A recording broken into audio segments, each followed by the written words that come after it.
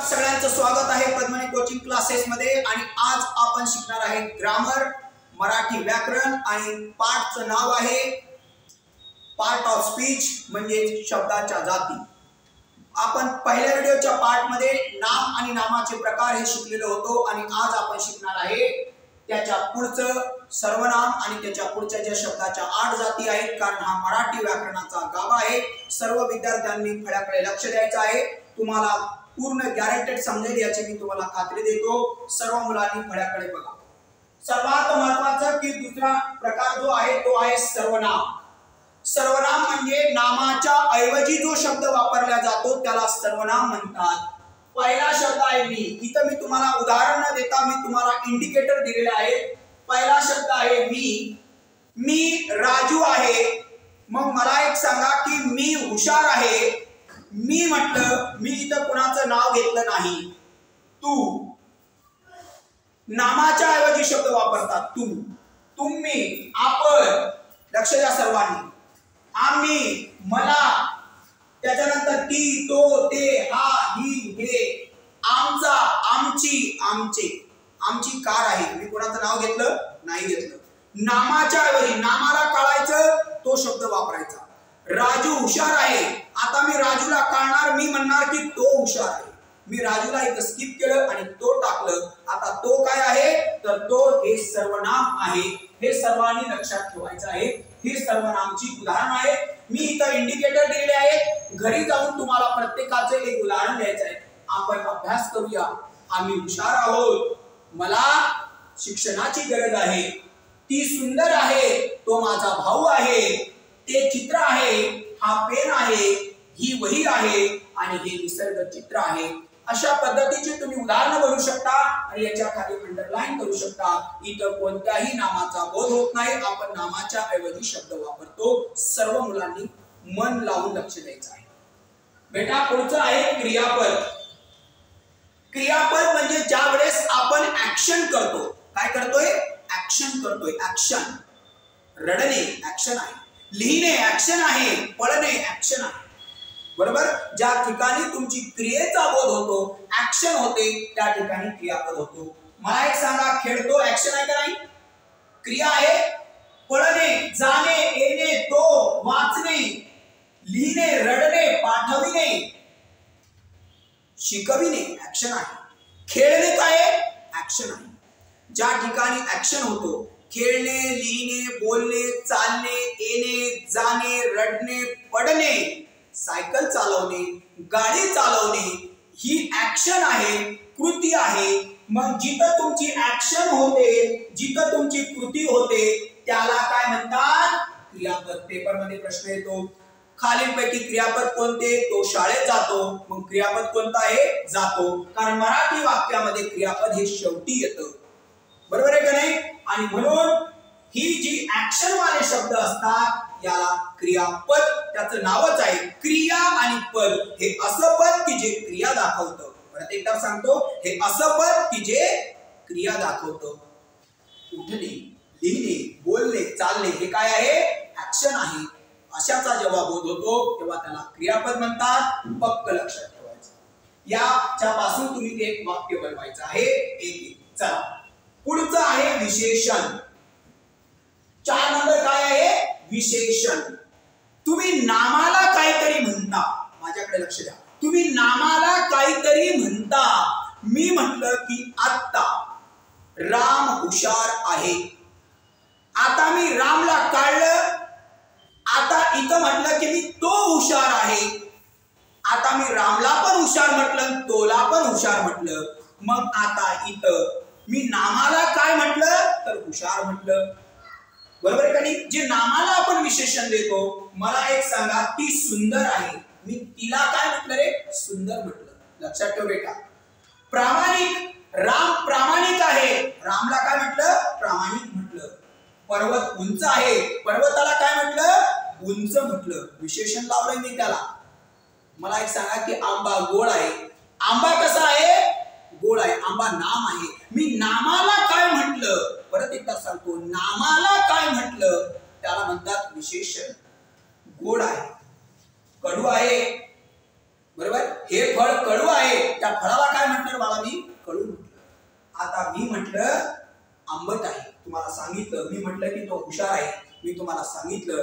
आणि आता मी तुम्हाला म्हटलं की चिंच आंबट आहे, मी चिंचला काय म्हटलंय? आंबट म्हटलंय. बरोबर आहे का नाही? म्हणजे मी नामाला काय म्हटलं हे जेव्हा आपण दाखवतो त्याला विशेषण असं म्हणतात. त्याला विशेषण असं म्हणतात की तुम्ही नामाला काय म्हटलेलं आहे. नामाऐवजी वापरणाऱ्या शब्दाला काय म्हणतात? त्या नामाला जे म्हणतो, नामाऐवजी नाही, नामाला काय म्हणतो त्याला म्हणतात विशेषण. पर्वत उंच आहे. कसा आहे पर्वत? उंच आहे. तो मुलगा बुद्धिमान आहे. कसा आहे? बुद्धिमान, हुशार आहे. मी त्याला विशेषण लावलं. सचिन तेंडुलकर महान खेळाडू आहेत, मी त्यांना काय म्हटलंय? महान म्हटलंय, महान. बरोबर? तर महान हे काय आहे? विशेषण आहे. हे सर्वांनी फक्त लक्षात ठेवायचं आहे. आता आपण या सगळ्यांचं तुम्हाला घरी एक एक उदाहरण द्यायचं आहे. पुढचा मुद्दा असा आहे क्रिया विशेषण. या शब्दातच त्याचा अर्थ आहे, बाळांनो लक्षात ठेवा. क्रिया विशेषण म्हणजे तुमची काहीतरी क्रिया झाली असेल पण ती विशेष तर झाली असेल ना. बरोबर आहे की?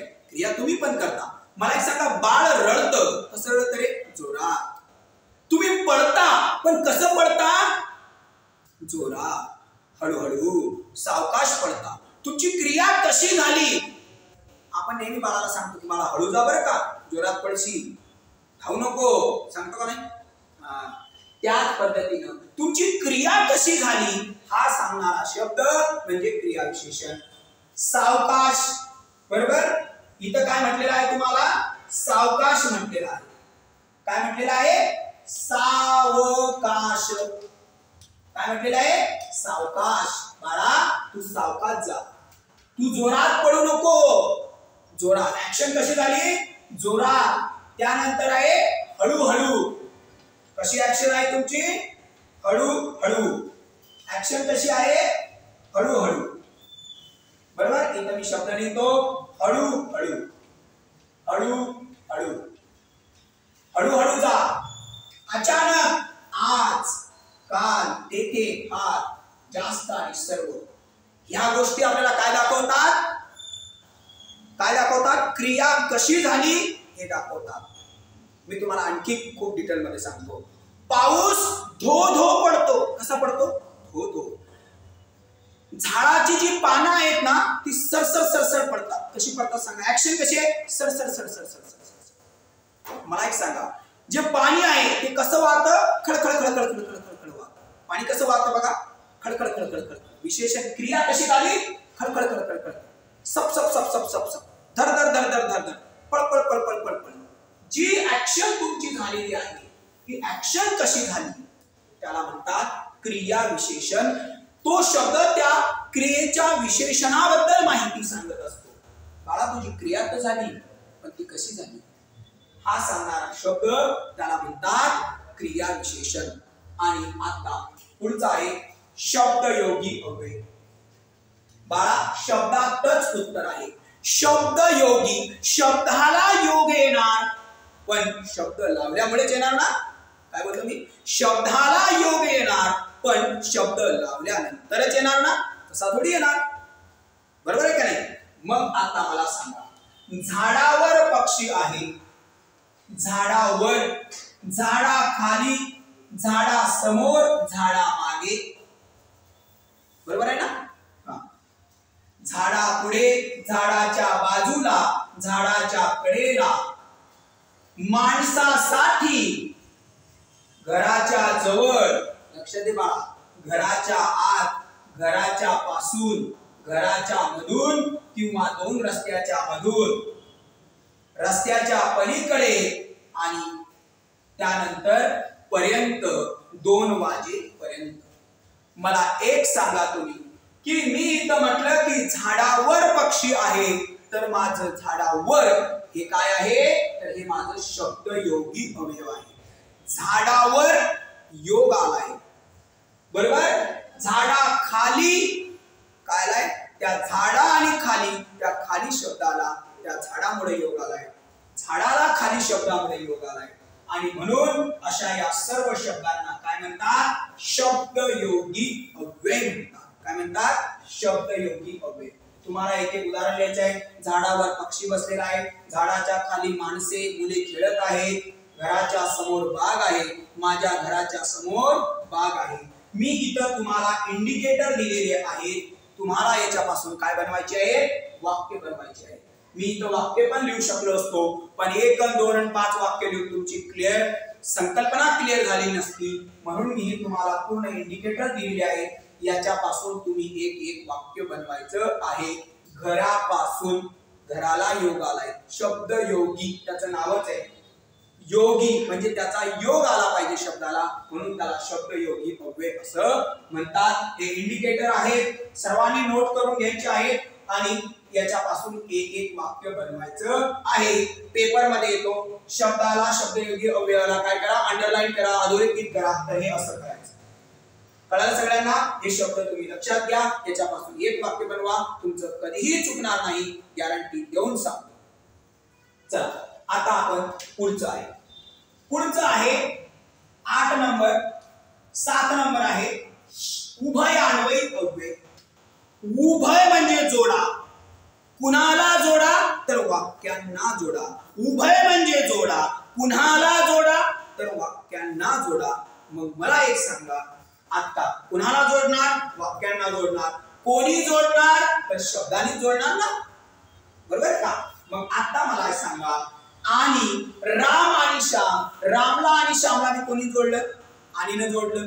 राम आणि व, परंतु, किंवा, म्हणून, यामुळे, त्यामुळे, अथवा, की, जणू, वा, अगर, परंतु, बाकी, किंतु, परी, तेव्हा, सबब, यास्तव, या सगळ्या शब्दांना काय म्हणतात? उभयान्वयी अव्यय. मी तुम्हाला इथे 4-5 उदाहरणं सांगतो, पटवून देतो. राम आणि श्याम कोणाला जोडले? राम आणि श्यामला आणीनं जोडले. पण गड आला, पण सिंह गेला. पाप किंवा पुण्य, पाप आणि पुण्याला मी कोणी जोडले? किंवानी जोडले. मी काल आजारी होतो म्हणून शाळेत गेलो नाही. समजलं? सर्वात महत्वाचं की तुम्ही अभ्यास करा की तुम्हाला पश्चाताप होणार नाही. सांगायचं तात्पर्य की हे शब्द आपल्या 2 वाक्यांना जोडतात. कुणांना जोडतात?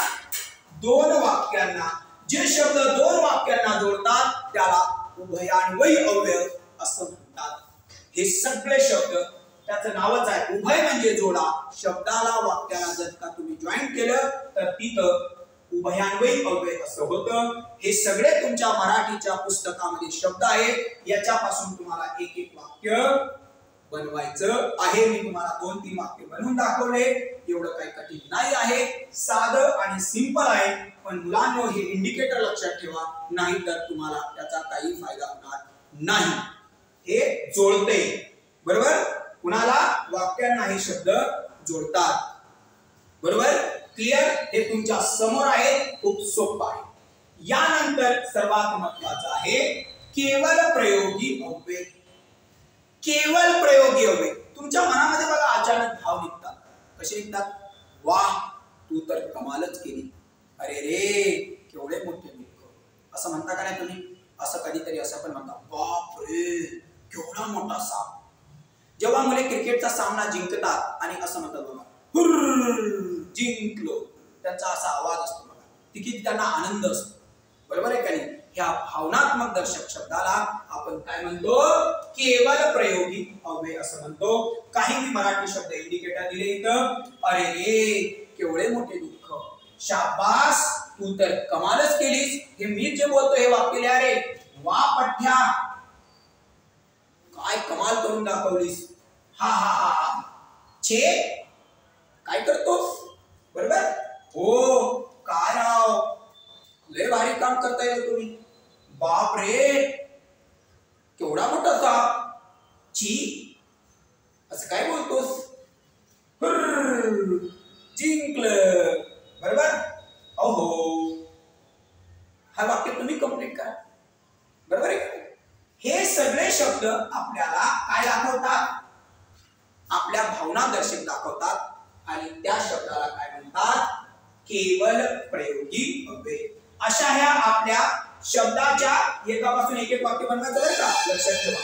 आणि हे सगळं आपल्याला शब्दाच्या अशा टोटल आपल्या 8 जाती आहेत आणि ह्या शब्दाच्या 8 जातीचे सगळे व्हिडिओ तुम्ही एकदा बघायचे आणि खास करून तुमच्या मित्राला सेंड करायचे आणि आपलं चॅनल सबस्क्राइब करून घ्यायचं, लाईक आणि शेअर करा. मी सगळ्यात खतरनाक तुम्हाला जेवढं होईल तेवढं सिंपल भाषेत सांगण्याचा प्रयत्न करतो. थँक्यू, धन्यवाद.